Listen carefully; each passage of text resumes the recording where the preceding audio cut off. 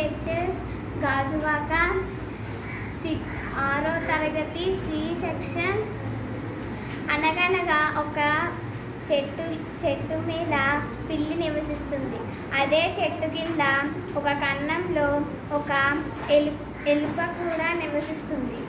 వాళ్ళిద్దరూ శత్రువులైన ఇద్దరు ఒకే చెట్టు మీద నివసిస్తున్నారని ఎవ్వరికీ తెలియదు. అయితే ఒకరోజు పిల్లి ఉదయాన్నే నిద్ర లేచి ఆహారాన్ని వెతుక్కోవడానికని బయటకు వెళ్ళినప్పుడు అక్కడ వేటగాడు ఒక వల పన్నాడు. ఆ విషయం పిల్లికి తెలియకుండా దానిలో అడుగుపెట్టి, అందువల్ల పిల్లి వలలో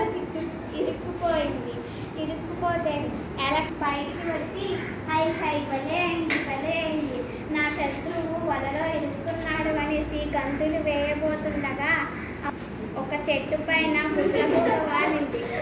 గుడ్లగూబ ఎలకని చూసి హై భలే కడుపు నిండా ఆహారం తినొచ్చు అనేసి అనుకుంది. అప్పుడు ఎలుక గజగజ వణుకుతూ పిల్లితో, మన ఇద్దరం ఒకే చెట్టు మీద నివసిస్తున్నామని నీకు తెలియదు, నాకు తెలియదు. అందువల్ల మనిద్దరికి సహాయం చేసుకోవాలని ఎలుక అన్నది.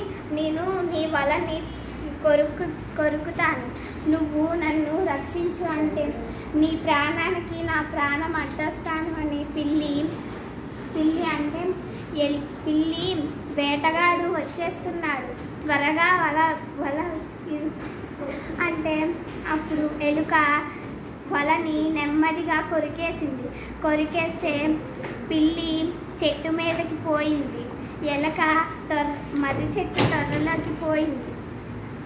అప్పుడే వేటగాడు వచ్చి, అయ్యో వల ఇక్కడ పండానే, వాళ్ళిద్దరూ కలిసి సహాయం చేసుకొని పోయినట్టున్నారు, వల అంతా వృధా అయిపోయింది, నా కష్టం అంతా వృధా అయిపోయిందని నిశ్చయంగా వెళ్ళిపోయాడు.